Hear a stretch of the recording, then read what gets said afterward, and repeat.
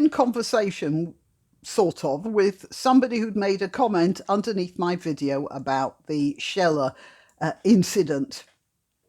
And this person said it's possible that the military is entirely within its rights to arrest him because he may not have actually left the army. I don't know myself. It's possible that just saying I resign doesn't actually put you out of the army until they have formally discharged you, you see. So they would have had no choice but to arrest him if he was still in the army and speaking the way he does, speaking the way he is doing. However, and that brought to mind an interesting idea that there's a Greek playwright called Sophocles, lived about 2,500 years ago, who had exactly the same conversation in a play he wrote called Antigone. I'll just go through it in very briefly because, I'm not discussing that, but it's sort of an interesting insight because we had this king was called Creon, and Antigone and was a princess in the palace, and her two brothers were fighting each other for the throne. They killed each other, and for political reasons, Creon decided that one of them was going to be buried with all honours as a hero, an upholder of the state, and the other one, Polynices, was going to be left out in the fields to rot, which was a bad thing from the point of view of his ghost not going to Hades or whatever. And Antigone, being their sister, even though she knew that both of them were a pair of stinkers, she sneaked out of the palace at night and buried her brother. And then Creon tried to hush that up, tried to convince Antigone not to do that again, and she said she had no choice. And that's very typical of Greek tragedy, when you get two people on a collision course and neither of them is able to deflect because both of them have their job to do. Antigone had to bury her brother. She couldn't compromise on her principles, and Creon had to stop her because he couldn't compromise. That would have created a problem for the stability of the state. At this point, you have a sympathy for Creon. I don't have any sympathy for what's going on here, but that's another matter.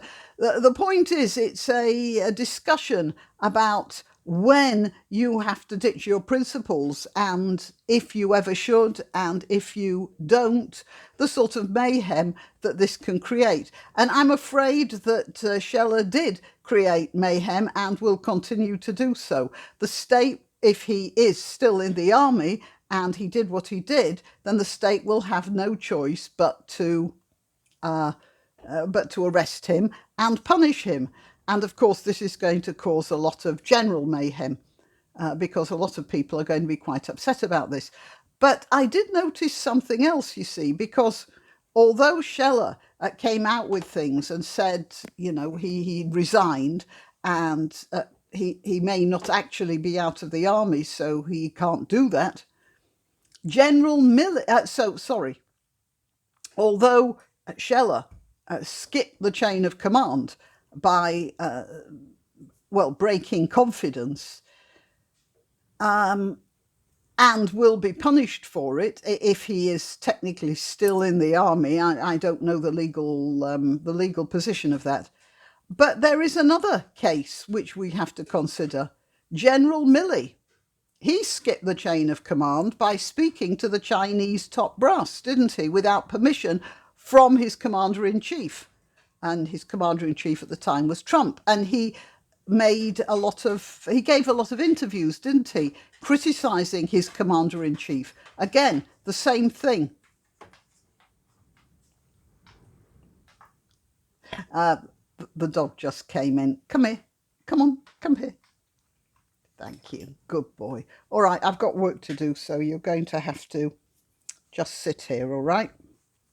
Now, so we have a situation here where one soldier who broke the chain of command is now in jail, and another one who broke the chain of command is still in command of the army.